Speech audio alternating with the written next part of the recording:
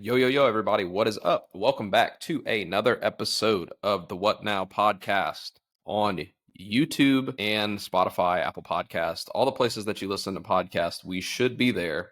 If we're not, let us know so we can put the podcast there. Thanks, everybody, for listening to the show recently. Appreciate you guys. Zach, what's up, man? How are you? Good man, good man. Got a great workout in this morning. Excited to dive into today's topic. Yeah, so tell everybody kind of what we were talking about just recently. Bring everybody kind of up to speed of what we were just going over. So I think we both have recognized a theme in probably both internal and external conversations that we've had with our friends. But we were talking about how a lot of our personal development currently is around self-worth and where we deem our worthiness from. And so before we started talking about it, we decided to click record. So I'll kick it back over to you, Spencer. What has been, first to start, like what made you become aware that you need to work on your self-worth? Dude, I mean, the biggest thing is like in this past year, like after all the things that we've been through and the growth of the office and stuff, I still like didn't feel like any sort of like sense of accomplishment. I actually felt worse as I was like building the business and as I was doing better. And if you guys follow me on Instagram, it's like one of my last posts talk about like, we're not meant to struggle like and that's kind of like what I've been listening to is like, I always felt like because of the things that happened in my childhood and the way that I kind of grew up, it's not that I grew up bad, but I feel like I had to go through a lot of things like emotionally. And I always felt like, to have success, I had to struggle. You had to like, earn your stripes. You had to grind. And there is an element to that. Like, I think you have to learn the lessons that it takes for you to get to your level of success. But you don't have to wear the scars of your past as a badge of honor. And that's kind of, what I've been learning in terms of like my self-worth. Like I deserve to have a great house. I deserve to have a good marriage. I deserve to have a practice that fuels the life that I love. Kate and I have been traveling a lot to see Steph and go to her events, and it always makes me feel bad, or it used to make me feel bad. Historically, it made me feel bad because I thought that like I shouldn't be traveling this much at 2 years in. I shouldn't Right. have the level of success that I should have. It should be more of a struggle. So it's kind of where I'm at, and just telling myself I deserve it every day, dude. And where do you feel like how much work have you done to uncover where that's coming from? Dude, it all comes from the lies that we tell ourselves, and the lies that we tell ourselves all come from this like positioning of the enemy, dude. The enemy tries to position you into a place where you can't see your blessings. The whole thing that keeps you away from fulfilling God's purpose is to think that you're fulfilling a different purpose than what you're meant for. And, I feel like God has a calling on my life to be a voice and to support people in fulfilling their dreams and be a mentor. And a lot of times I don't feel worthy of that. And so I've been listening to a lot of Taylor Welch's work. I've been re-listening to Father by God, which is how to uncover where the self-worth issues come from, in which stage of your life, and how to recover those.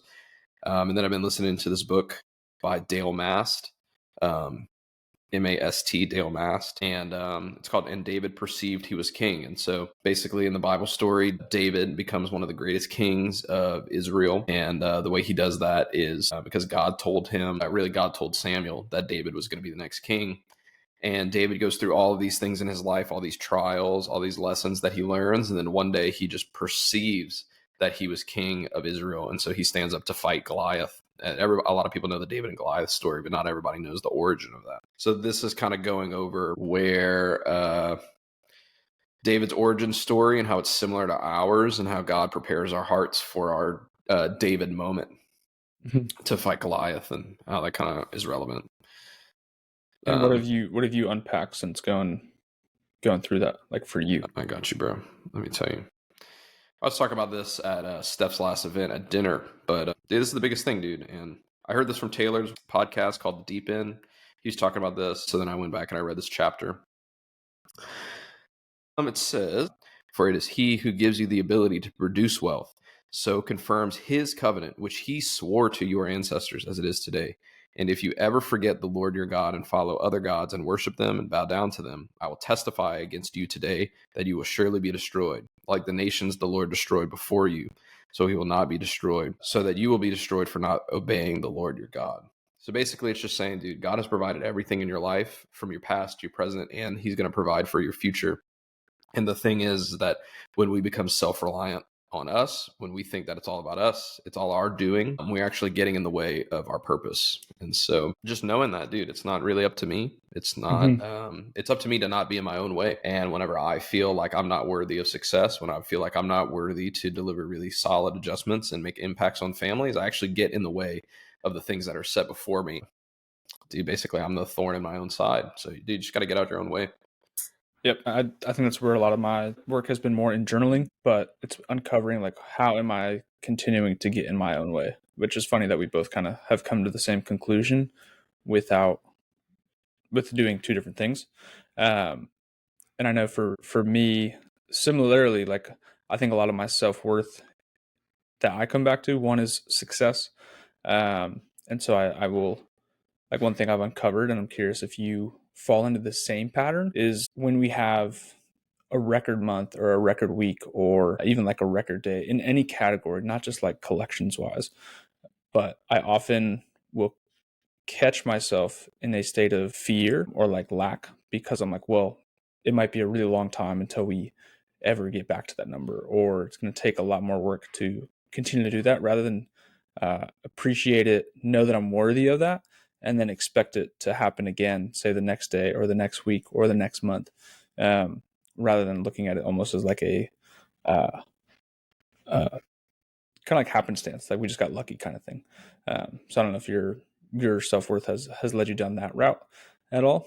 But I know for a lot of what I've done, even to a point of like losing weight, when I get down to a certain weight, I'm like, oh, well, I'm not worthy of that because of my eating patterns in the past or something along those lines. Why do you feel that way? Why do you feel like it's not for you? I think in large part, I'm too caught up on what I've done in the past and like who I was 5-10 years ago. And I continue to catch myself coming back to that. So it's been a lot of time in prayer and in talking with God about like, hey, like you have broken me from those chains that kept me in sin for so long. Now it's time to move past that and on to the better things you've called me to, rather than continuing to dwell on things that happened 5-10 years ago. Like you feel like 5-10 years ago, like you were at such a level of success that like you now can't attain it, or do you feel like No, you no, were no. like not a Like good person a couple five, years ago? 5-10 years ago, not a good person. And so like not people who are not good people don't deserve to have good things in their life. Correct. Like I have a story in my head that the things I had done 5-10 years ago um, do not allow me to be worthy of success today or to make an impact on people today. So what's the story that you're going to tell yourself now to get rid of that? A big piece is that I already am worthy.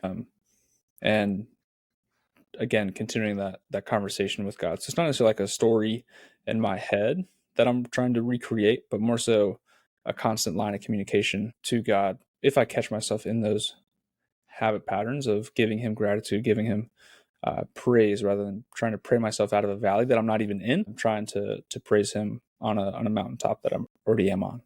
Yeah, I mean, I think that like Steph always talks about like, stacking evidence against your negative beliefs. So it's just like, I mean, dude, if you're saying like, oh yeah, I'm not worthy, but like how many times have you had a record month, record week, record day, record whatever, right? Lowest weight you've been, most weight you've lifted, fastest mile you've run, farthest distance you've run, most time you've taken off, most time that you've worked, all of those things. Like, you have all these kind of episodes like where you can stack evidence against that to say, dude, you are worthy because they've happened. And that's something I've started to do as well, is keeping not necessarily like an evidence journal. In a sense, it'll become an evidence journal, but in my nightly journal prompting, shout out Claude, who's helped me work through a lot of this. But I'll actually have like a daily win category. So I write like one professional daily win, what that means for me, and then what that allows me to do from there. So it's kind of like a 3-step process, but it's been great. I'm only 6 days in, but it's been really, really valuable in those 6 days. That's good. That's good. What do you feel like is your biggest win so far? So biggest win so far was, there's two that come to mind first. The first one is the former mayor of our town started care, and I think I talked about that a little bit last week. Nice. But that was something I was really nervous on because he has so much pride in the city. of him coming into a small business in his city and just thinking we were a fraud or something like that. But we're obviously not. And I don't know why that was a thought even in my head. And then 2 was a long-term patient who has become almost a mentor in a sense, invited me to one of his men's groups sometime this year. So excited about that. That felt really Nice. good. Yeah. That's good. That's good. Yeah, I mean, I think for me, I don't think it's necessarily the thing that I'm not worthy for it or like that I don't deserve to have good things happen. A lot of time, maybe I guess so, but for me, dude, it's always basically like I feel like I haven't worked hard enough. Yeah. Like that's pretty much my thing, dude. Every time we have a record month, it's like that was too easy. Every time like we see like that's really the biggest thing, dude, is I feel like I'm not working hard enough. But that verse in Deuteronomy 8, it just always just talks about like, dude, it's not about how hard you work, it's about how Mm-hmm. much you can receive. And I think that's something you really opened my eyes to at Steph's pop-up was like how big of a abundance bucket are you opening up to receive to, right? And I think that's something I've really been thinking on is like, is my bucket super low? And how can I guess not low. Low would not be correct in terms of buckets, but super small. small. And so how can I go about creating a bigger bucket? And I truly haven't like uncovered that yet. So I don't necessarily have an answer to that question. But I think that's a really great point you made at the pop-up. Yeah, I mean, I think the biggest revelation for me, like around like success and stuff, is that success, abundance, in whatever you want to call it, it's not about how much you can gather; it's about how much you can allow. And whatever God has anointed on your life is going to be dependent on how much you can allow. And by no means are Zach and I like theologists or theologians or anything like that. So like we're just dudes Definitely not. that read the Bible that are just trying to do the right thing. I think too a lot of it for me, and this will only probably resonate with a handful of people, but in regards to like the position I played in football, being an offensive lineman, like I was, and this will make sense in a second, but like I was very headstrong on going to play football in college, and once I came to the realization that I was not going to be 6'5", it immediately clicked in my head that it was going to be a lot harder for me to get college coaches and to get that recruitment because of my size. So I had to work really, really hard. And I think that created a pattern in my head that to get what I want, I have to work really, really hard. And then because of what happened, like I ended up going D3, like didn't get a scholarship. I think it created another pattern in my head that even if I do work really, really hard, it's not going to equate to the level of success that I am looking for. So really unpacking that as well in terms of worth has been Yeah, but huge. I think that's just a theme though. Like, I mean, the level of success that you achieve is not proportional to your amount of effort. It's Mm-hmm. proportional to your amount of intention. And, I mean, the thing that I said at Steph's, basically is the way that I've looked at it is that success is like sand. And the harder that you try to squeeze onto it, the more you actually let slip away from your hand. Like if you've ever been a kid on the beach, or if you've ever gone to the beach and tried to build a sandcastle, and you're trying to build this thing, if you try to grab the sand with your hand, if you squeeze it really tight, it all slips away from you. Or it's like water, right? I mean, success, money, whatever you want to talk about, it's all energy. And it's about how much you can gather, not how much you can retain. And the way you do that is by becoming a larger vessel for that, by raising your own vibration, by increasing your mindset, by developing your skills, by increasing your knowledge and your wisdom, not by like hoarding your money, not by like just shoving as many patients in your doors as you can, not by keeping your overhead as low as possible so nobody can take your money or those kind of things. You're actually just pushing it all away because you're saying, I don't have enough, so I'm already got to hold it. The best way to build a sandcastle is with a bucket because the bucket is a bigger container than what you have in your hands. And so, I mean, yeah, it's kind of the way I see it. And so I think there's a good way to like kind of transition talking about like what our level of intention is versus our level of effort. And that doesn't mean that's like you don't have to try hard. It doesn't mean that doesn't take effort. It doesn't mean it doesn't take Mm-hmm. it's not it doesn't mean it's going to be easy, right? Because like to do little and be okay with that is really hard. And to only do the things that are the most leverage. So kind of like you had brought up, like what are the things that $1 million Zach is doing that or that is not doing, what's the 80% that you can focus on, what's the 20% you can remove. So talk a little bit about that. I think a large one, and it actually just happened this morning, but the 20% that I know I need to focus a lot more on is in training and leading my team properly. So for a long time, we've talked about lunch and learns quite a bit, I think, on the podcast. But for a long time, I was the one making those phone calls. And the last thing I ever wanted to do after a long day of seeing patients or meetings and everything during my lunch break was to call 5 to 10 local businesses. So, because I have staff that are fully capable of that, hopped on Loom, recorded a 10-minute video training, and sent that out. And now the expectation is for them to do those. So, really starting to create those SOPs and equipping team and leading them to be successful. So, that's one of the main reasons or main ways. What So about you? like, so at a million, like when you're doing $1 million in revenue or you're making $1 million a year, or the lunch and learn still something that you'll be doing yourself? At one of the clinics, most likely, right? So whatever one I feel like because I still very much want to, I don't foresee a time in the next 10, 20 years where I'm not still involved in some sense of patient care because I really do love it. I think that's why I resonate a lot with someone like Austin Cohen, who's still in a practice 4 shifts a week, but also training the lead chiropractor at each clinic on how to properly go and do those lunch and learns.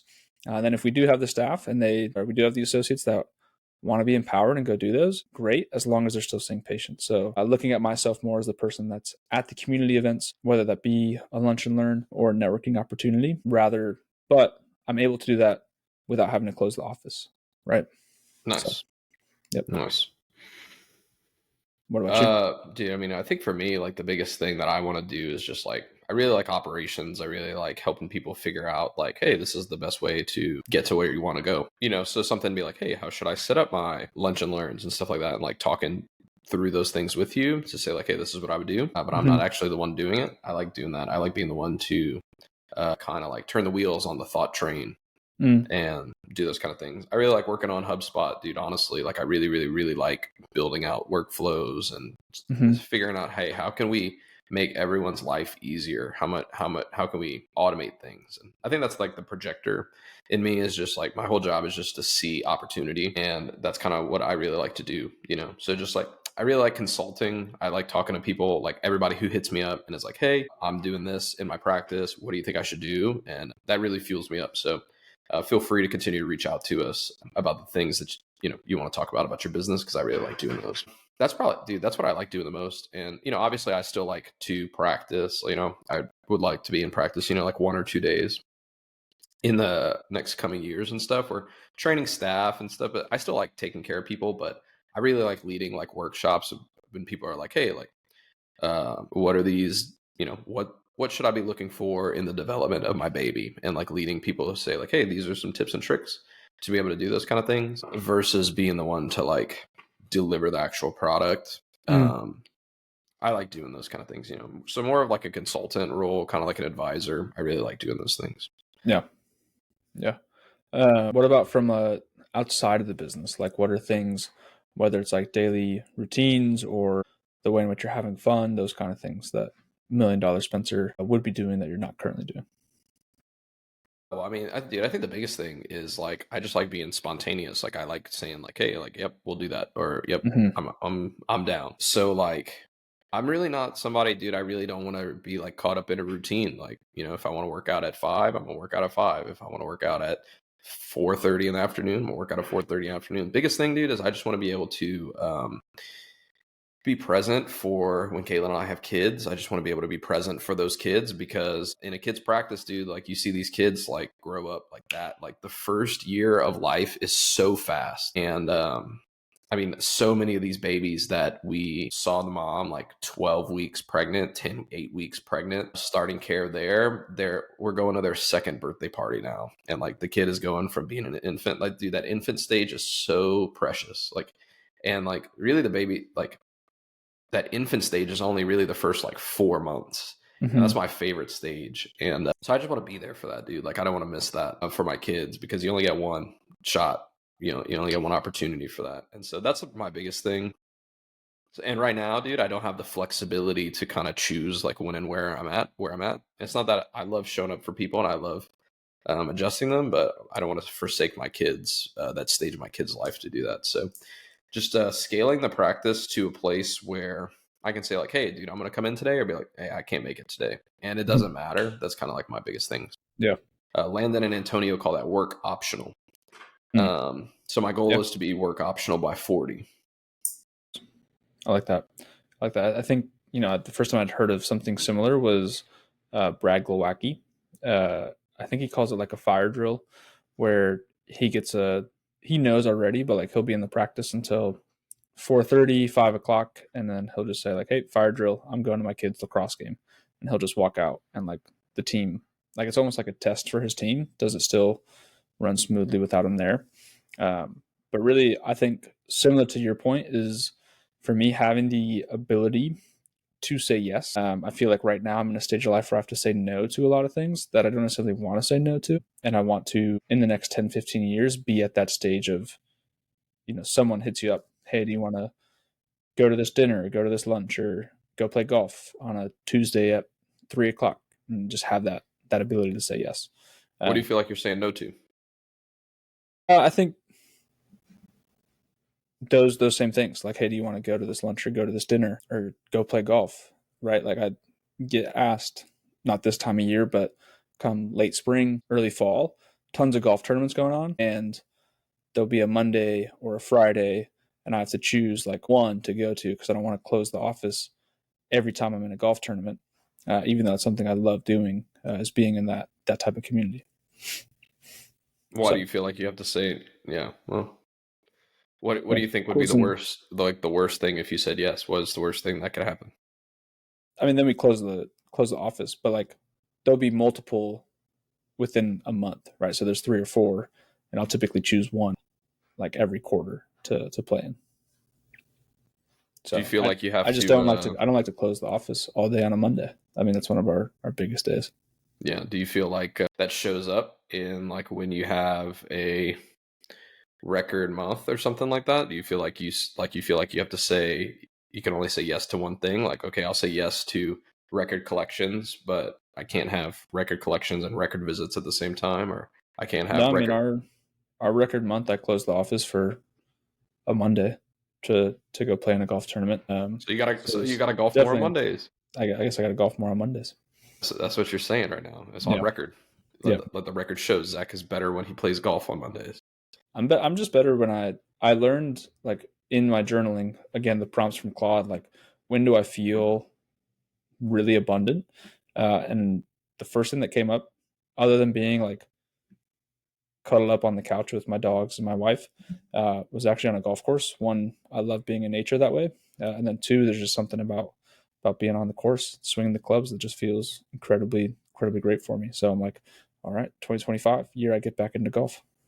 I'm the opposite on the golf course. I feel I'm a noob. I don't know how to. Well, I still feel incredibly frustrated, but like I just played golf on Friday with a few friends, and it was awesome. Some of the most fun I've had in a long time. Nice. Golf is long for me, dude. It's a long game. Yeah. Golf is long. It's like 3-4 hours, sometimes 5. Yeah. Which is the hard part right now. Like I would love to go play 9 holes more often, but it's tough to get a 9-hole tee time. Yeah. So makes sense. I still think they need to come out. One of my patients he talks about creating like a 3 7-hole courses, because typically what you find when you golf is around that 13th, 14th hole, you're like, okay, I'm good.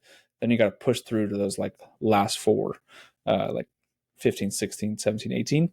So he's like, if we have 3 7-hole courses, you could play 7 holes in an hour and a half. So you could do that during your lunch.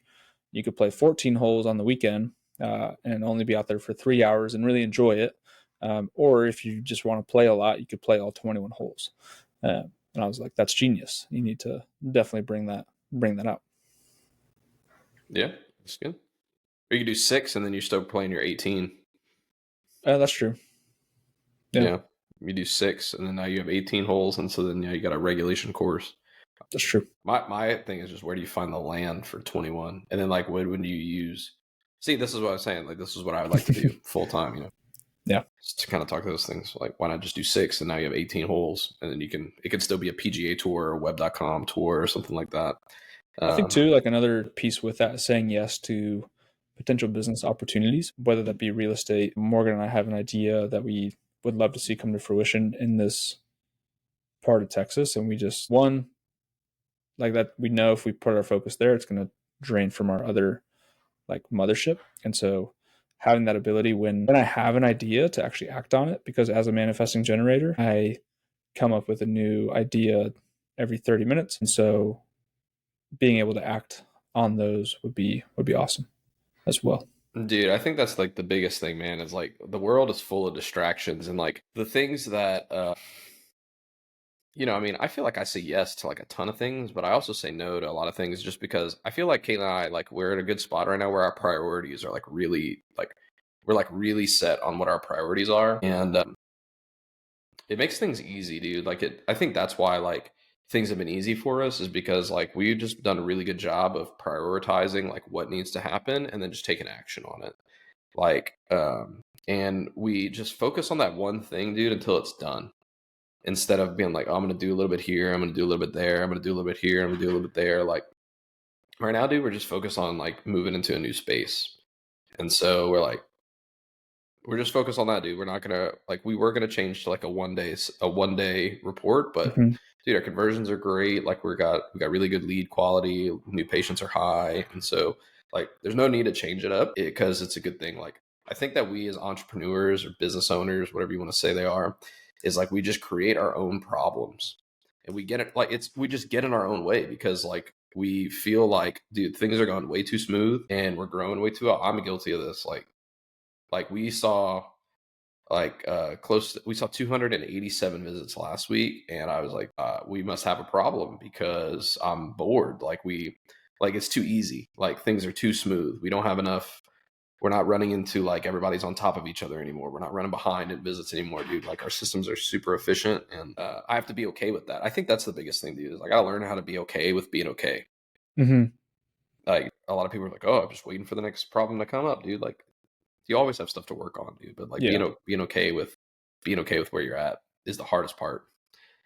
Especially when you have vision. Like when you have big vision, big dreams and stuff, like you have to understand, like, dude, it's coming. You have to learn, like, what lesson do I have to learn to get to Mm-hmm. 10K a month? What lesson do I have to learn to get to 20K a month, 30K a month, 50K a month, 60K a month? Like you have to learn those lessons first because if you don't, then you just are gonna, one, you're not gonna be satisfied. Two, you'll have holes like in your systems and your foundation will crumble. So I think Mm-hmm. being okay with that, dude. Like once you learn your lesson, that's it. Yeah, I think a big lesson I'm learning is that not necessarily that it doesn't have to be hard, but it doesn't have to be complicated, and it can happen really easily. Where I don't know if I would classify as like micromanaging, but I would like be adjusting a patient, and because we're in an open bay office, like open, I could hear like an office tour going on or a phone conversation going on, and rather than being present with that patient, I would just be like hyper focused, trying to make sure that whoever was doing the office tour or the phone call was like saying all the right things. And I'm like, let me worry about me and let me have the staff worry about them. And if we notice in 30, 60, 90 days that things aren't looking great, then we can, make adjustments from there. But let me just focus on being me, and really allowing them to have the opportunity. And so that's been a big thing for me recently, too. Like even like talk about like $1 million Zach is being present with the person in front of him rather than like having all these outside distractions. And so again, kind of going to your point that we can easily be distracted as entrepreneurs is just so true. Yeah, I mean, yeah, I'm guilty of that. I feel like I used to like listen to phone calls and how what people were saying with what. But dude, I mean, at the end of the day, if like your goal is to not have a personality based practice and scale your practice to be larger and not reliant on you, dude, you have to like let people own their own personalities come through because like when you tell people like, oh yeah, you have to be like me or you have to say these things, like it's different if people don't understand what the goal of the action is. Like the goal of the phone call, especially the new patient like intake phone call, the goal should not be to schedule the people on the phone. Like, and if the goal should be to figure out if they're calling the right place, because if they're the wrong person calling you and your goal is like, dude, just get them on the schedule, then you're going to be booking all these people who aren't a right fit for your practice, and then you're just going to be like filled with these like really poor quality leads, not Mm-hmm. qualified buyers, that is going to really just drain you. It's going to make you feel like you're not doing a good enough job. The goal of the phone call is just to figure out if they're in the right place or not. If they're in the right place, then they should schedule Mm-hmm. basically on their own. If they're in the wrong place, they should say like, "Oh, sorry, I called this place." Like that's pretty much it, you know. And so, I mean, yeah, the same thing with the office tour, dude. Like the office tour, like we don't do an office tour yet because, I mean, you could just stand in our front door and see our whole office. So Right. we just kind of point it out. But like the goal of the office tour should not be to like show people how great you are. The goal of the office tour is to make people feel at home. And that's it. Like, hey, your goal is to make people feel comfortable in the space, not to show them all of these cool things and how sweet you are and stuff. Like the goal of your website, like we talked about last week, should just to let people know, like, hey, this is what I do, not to like brag on yourself. Mm-hmm. So 100%. yeah, 100%. dude, it doesn't have to be hard, man. Like I think that's kind of where I'm at in my life too. It's like, dude, I'm tired of struggling. Like I'm tired of and like struggling on my own accord. Feeling like, oh, dude, I have to grind. I have to earn my stripes. I have to put my nose down, and like Mm-hmm. I'm out of that phase. Everybody has to go through that phase. But you have to realize like, that phase is because it's uncomfortable. You have to work through the discomfort. You don't have to like earn pain. Like, oh man, like I guess I gotta struggle to get to 10K. It's really easy. Get out of your own way. Yeah. Yep. What are other ways you feel like you get in your way? Get in your own way. I think similar to what you're talking about is getting distracted with tasks. So I'll be like, all right, this week I need to do kind of we used to talk about like the power list. Like I need to get these 5 things done.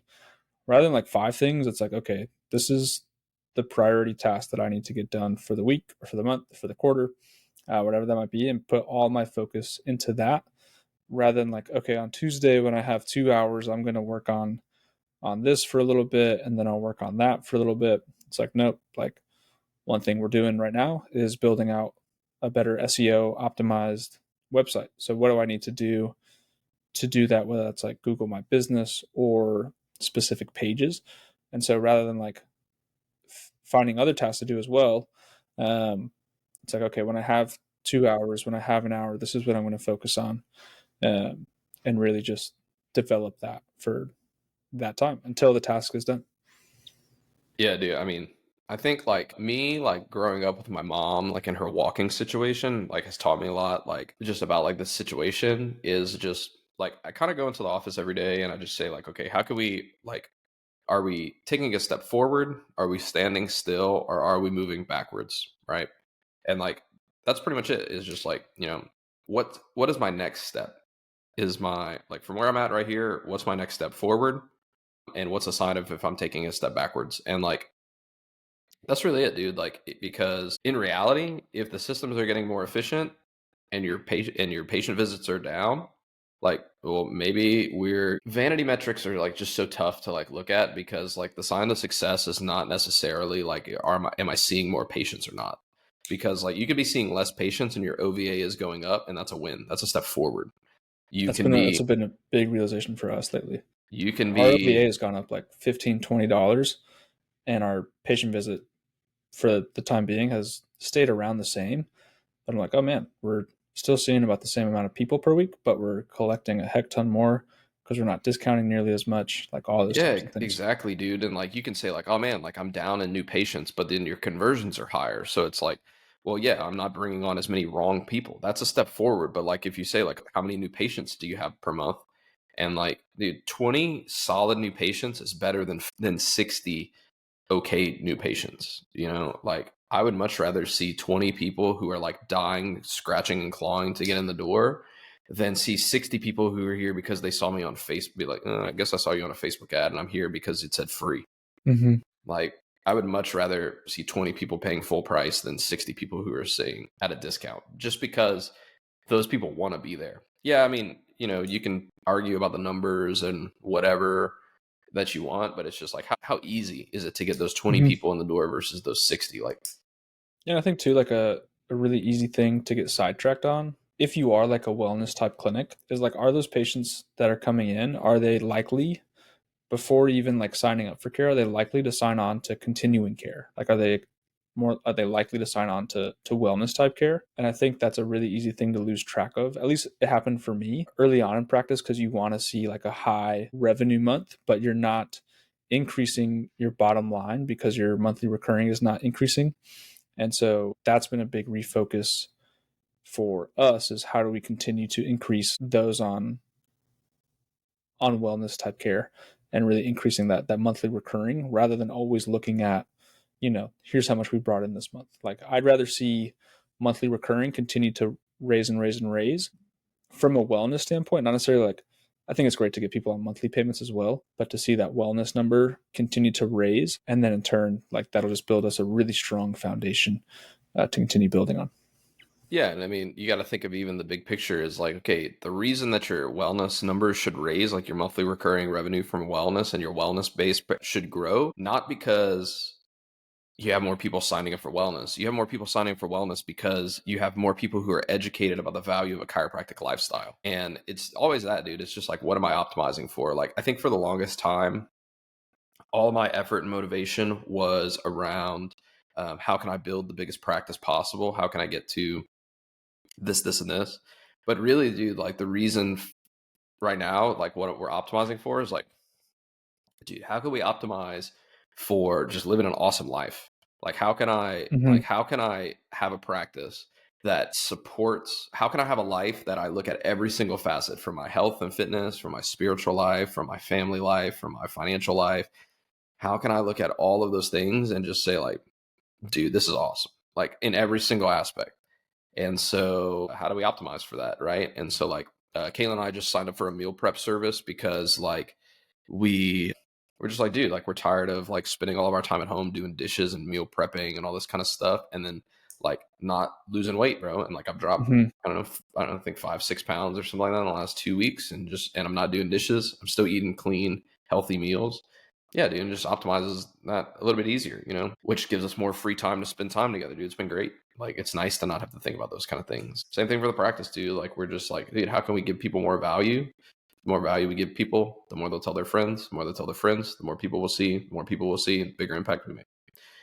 So I don't even think that like I'm even in the point of like, I'm not working super hard to build a big practice. I'm working super hard to build a thing that people want to be a part of, that gives me freedom. Like I want people to be like, dude, how do I work at Empower? Like that's the place that I want to work at. And so that means I got to be a better leader. I got to have dialed in systems. I got to have a great practice. Those kind of things, dude. Like I think just as you go through practice, like your perspective on what's truly important, like really changes. Maybe we're just getting older. Who knows? But Or both. Very right? much could be both. Yeah. Yeah. So nice, man. Any big takeaways that you want our listeners to leave with? Dude, it's just about what you're focusing on, man. Like where your focus is, like where your attention grows, that's where your energy goes. And so if you're only focused on how you're losing money each week or how thin your margins are, well, then your margins are just going to continually get thinner. It's all about your perspective, dude. And if you feel like, oh, I'm not successful enough, that's just because you are only looking at the things that make you not successful instead of looking at the things that make you successful. I'm not healthy enough. I'm not fit enough. You're just looking at the things that stack evidence in the positive things. So that's what I got. What about you? I think with that, like, be okay and really dive into that deep work. I think that's something I wish I'd continue doing, and I wish I didn't take another 2 years. But here we are, and here we are doing it, and it's gonna reap huge benefits. So especially with AI, like I think it's so much easier now to go into ChatGPT or Claude and have it work with you as your personal development coach. So whether that's journaling, reading the right books, being around the right people, really making sure your mental is a key focus.